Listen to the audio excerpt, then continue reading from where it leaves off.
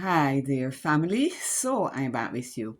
Now, I did say that I was going to share a video with a bit of a personal experience as it relates to what, we were following the thing of claiming the promises of God. That series of videos that I am going to make it to 10 or even go more. Anyhow, I shared a video dealing with the peace of God and I said I would share personal experience. So that's what I'm going to do in this video. I hope I can get through in one video. If not, I may just run into two, and the second one would not be as long as the first. And I'm trying not to go too much beyond 5 minutes. All right, so it really relates to my husband Andy. And even though it is his experience, I am part of that experience. So it's a narrative. So kind of started last year. This would have been around June. Right. We were visiting Seattle. We had gone there to witness the children's baptism, and Julian was graduating. So while we were there, when we left Dayton, Andy was fine. But while we were there, about 2 or 3 days after being there, I noticed that he seemed a bit different, just sleeping a lot and quiet and not as responsive. I mean, he is the inveterate energizer bunny, always on the go. And I was wondering, so I asked Donna if she noticed anything.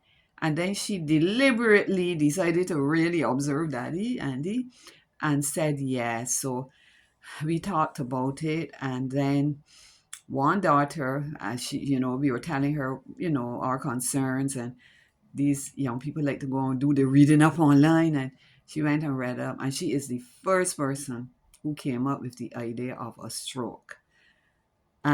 Right. So we were more or less looking, always observing Daddy. But we were due to leave when we realized this like Thursday, Friday or so. And we were due to leave Seattle the Saturday night to come back to Dayton. So our daughter, the daughter who was did the checking online, thought, she read up and you need to get them to the hospital immediately and da da da da da. But I tell you, God kept us calm. We left it Saturday night.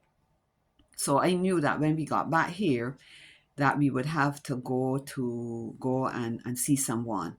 I was thinking I would go to our doctor the next day, but a friend said, no, go straight to casual, what they don't call it casualty in Barbados, we call it casualty or accident and emergency. Anyhow, so while we were at home, so even when we got home, I was just amazed. I was thinking, but when we left to go to Seattle, just a week, just over a week, everything was good, and now we are coming back, and it's like a kind of different kind of something has changed.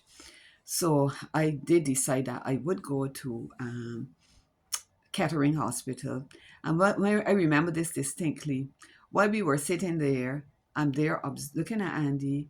I said, I think we should go to the hospital. He said, why? He said, well, I feel all right. And he's always said that, I feel all right. Um, so, yeah. I may have some little slips here. So he's saying that he feels all right. Well, I'm looking at him and I'm saying, but something is different. He said, they don't think we need to go.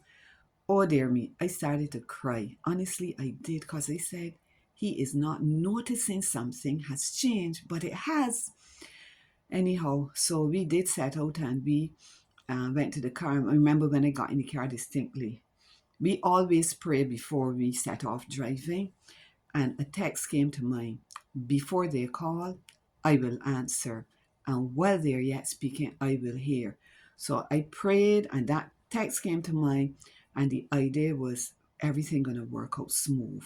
I felt extremely peaceful. I know that it was God giving me the peace that He has promised, because this was a totally new, unprecedented kind of experience for me. And while Andy's still saying he feel good, I know and the others knew that something had changed and something was different.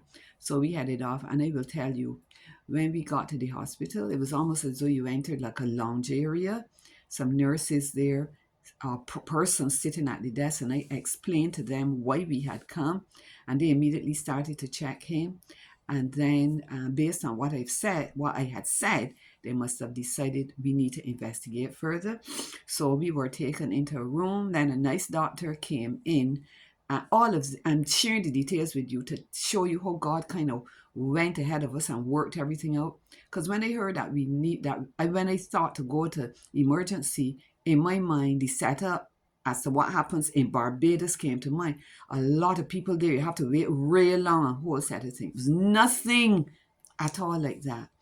So we were in a room and a doctor came in. I'm going to have to stop this video in another 30 seconds or so, and I'll continue in another video.